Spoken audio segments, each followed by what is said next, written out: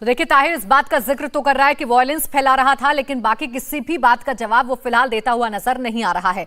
वहीं पटना के फुलवारी शरीफ से गिरफ्तारी हुई है। ताहिर का अब तक पीएफआई से कोई लिंक नहीं सामने आया है, लेकिन फुलवारी शरीफ से ही एक ऐसा डॉक्यूमेंट निकलकर सामने आया है जिसने पीएफआई के सीक्रेट एजेंडे को पब्लिक कर दिया है। जी हां, पीएफआई को इंडिया में मुगलों का टाइम वापस चाहिए, वो दौर वापस चाहिए जिसमें मुसलमान हिंदुस्तान पर राज करते थे, शरिया का शासन चलता था, और इसके लिए पीएफआई ने 2047 की हेडलाइन भी बनाई थी। पीएफआई के मंसूबों में रोड़ा मोदी है, आरएसएस है, ये हम नहीं बल्कि खुद पीएफआई का वो पर्सनल डॉक्यूमेंट बोल रहा है जो फुलवारी शरीफ से पब्लिक हुआ है। अब तक आपने गजवाए हिंद का केवल नाम ही सुना होगा, लेकिन आज पूरी प्लानिंग हम आपको इस रिपोर्ट में बताते हैं। प्लान मुस्लिम राष्ट्र, टाइम 25 साल, कैडर 2 करोड़ मुसलमान, booklet India 2047, target Narendra Modi, location Patna का फुलवारी शरीफ।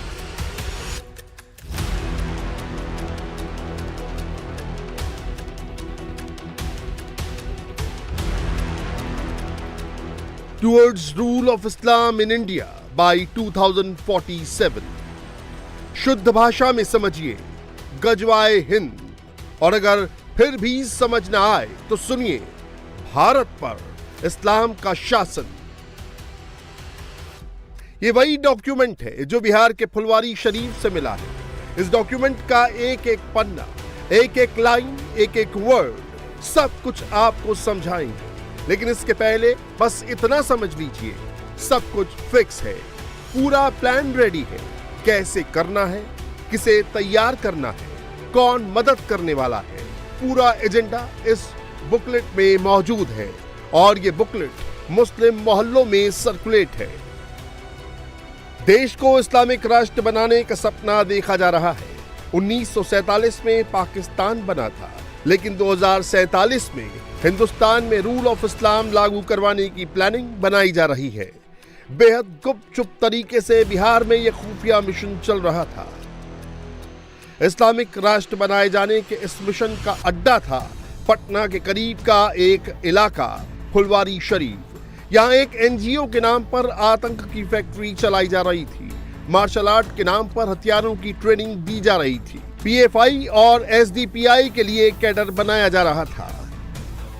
सबसे बड़ी बात, 12 जुलाई को जब प्रधानमंत्री मोदी पटना में थे, तब उनके दौरे को भी निशाना बनाने की तैयारी थी। लेकिन 11 जुलाई को, यानी पीएम मोदी के पहुंचने से ठीक एक दिन पहले, पुलिस ने आतंकियों के इस मंसूबे पर पानी फेर दिया।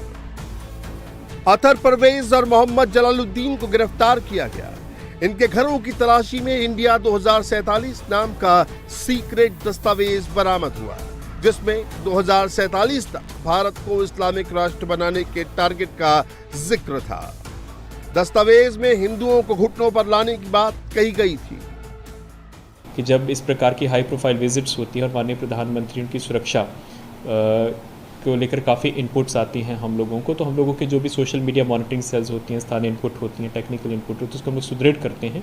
उसी क्रम में हमको जानकारी प्राप्त हुई थी कि इस प्रकार के प्रशिक्षण शिविर ऑर्गेनाइज किया जा रहा है। और उसी के क्रम में जब रेड किया गया तो हम लोगों को ऐसे डॉक्यूमेंट्स मिले जो कि भारत की संप्रभुता और अखंडता के विरुद्ध भी उसमें कुछ टिप्पणियाँ थी। पुलिस का साफ कहना है, जो डॉक्यूमेंट बरामद हुआ वो भारत की संप्रभुता और अखंडता के खिलाफ प्लानिंग का हिस्सा था। लेकिन अब हम आपको पूरा डॉक्यूमेंट दिखाते हैं।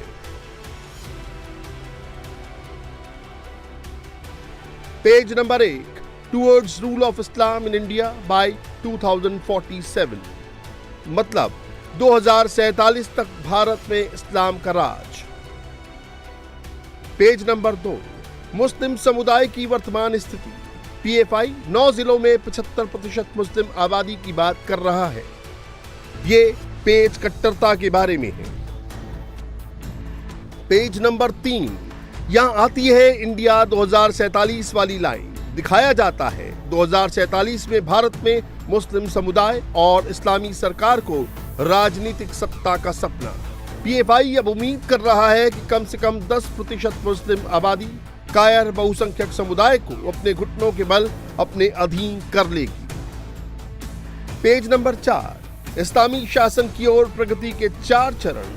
पहला, मुसलमानों को एकजुट करें और हथियारों का प्रशिक्षण दें। दूसरा, इस्लामी शासन स्थापित करने के वास्तविक इरादे को ढालने के लिए राष्ट्रीय ध्वज, संविधान और अंबेडकर का उपयोग करें। तीसरा, हिंदुओं को बांटने के लिए एससी, एसटी, ओबीसी के साथ गठजोड़ करें।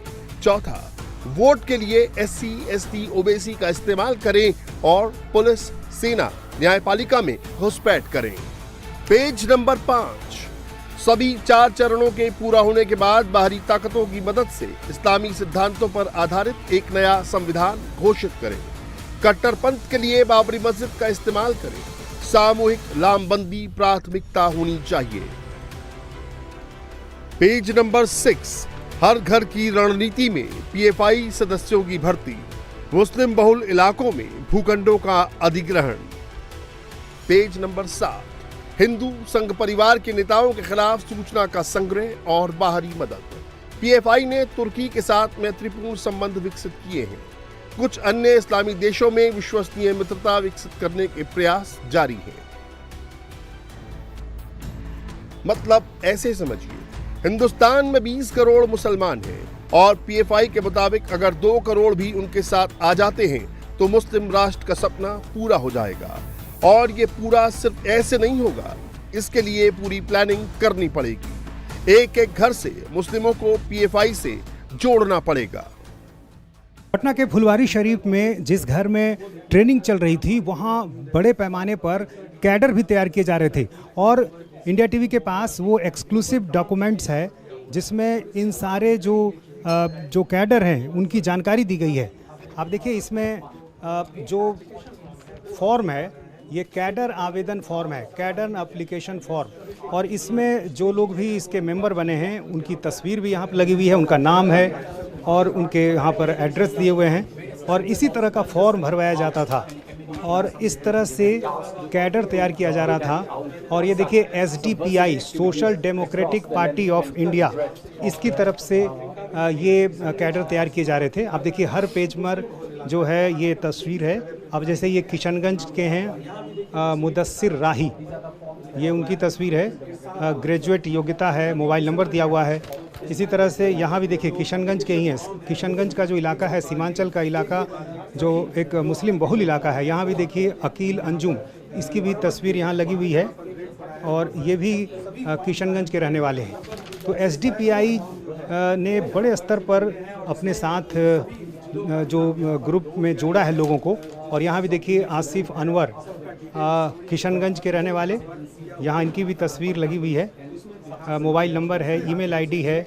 और इस तरह से एसडीपीआई और पीएफआई ने अपने साथ लोगों को जोड़ा है। देखिए कितने लोग इससे जुड़ चुके हैं और ये सारे लोग जो हैं वो अब एसडीपीआई के मेंबर बन चुके हैं और इन लोगों को ही समय समय पर ट्रेनिंग दी जाती है। और जो घर किराए पर लिया गया था वहाँ भी ऐसे ही लोगों को बुलाकर ट्रेनिंग दी जाती थी कि कैसे उन्हें तैयार होना है। जो हथियारों की ट्रेनिंग है वो भी दी जाती थी और ये सब कुछ होता था मार्शल आर्ट की ट्रेनिंग के नाम पर। और इसी तरह की कोई जो दूसरी जानकारी है वो हम आपको दिखाते हैं। यहाँ पर आप देखिए कि जो और डॉक्यूमेंट्स हैं, यहाँ देखिए ये एसडीपीआई के जो और तमाम दूसरे फॉर्म हैं। ये देखिए बिहार कैडर मेंबर्स डिटेल्स। अब ये कई जो प्रिंटेड था और ये जो मैनुअली जहाँ पर लिखा हुआ है, ये देखिए इस तरह से एक लिस्ट तैयार की जाती थी जिसमें उनका नाम होता था, उनकी पंचायत, टाउन, सिटी और यहाँ उनका मोबाइल नंबर। और इसमें जो ग्रामीण इलाके के लोग हैं वो भी काफ़ी संख्या में हैं। इसके अलावा ये झंडे आप देख रहे हैं, ये देखिए एसडीपीआई का जो स्टेट रिप्रेजेंटेटिव काउंसिल, उसका ये एक आई कार्ड बनाया गया है। और इस तरह से जो झंडे हैं, करीब 49 ऐसे झंडे मिले हैं। ये झंडे जो हैं वो पीएफआई के झंडे हैं। ये देखिए इसमें जो एक स्टार बना हुआ है, ये स्टार बना हुआ, और इस तरह के 49 ऐसे झंडे जो हैं वो मिले हैं। यहाँ देखिए ये झंडों का जो एक पूरा बंडल है। और इसके अलावा तमाम जो डॉक्यूमेंट्स हैं, आप देखिए जो एग्रीमेंट हुआ था मकान का, मकान मालिक और उनके बीच में, वो तमाम चीज़ें यहाँ पर रखी हुई हैं।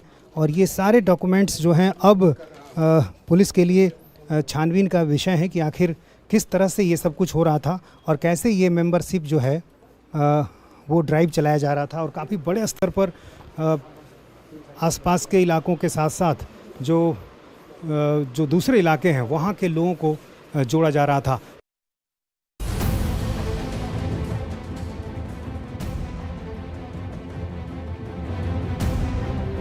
पुलिस ने जो एफआईआर दर्ज की है उसमें क्या लिखा है ये भी बताते हैं।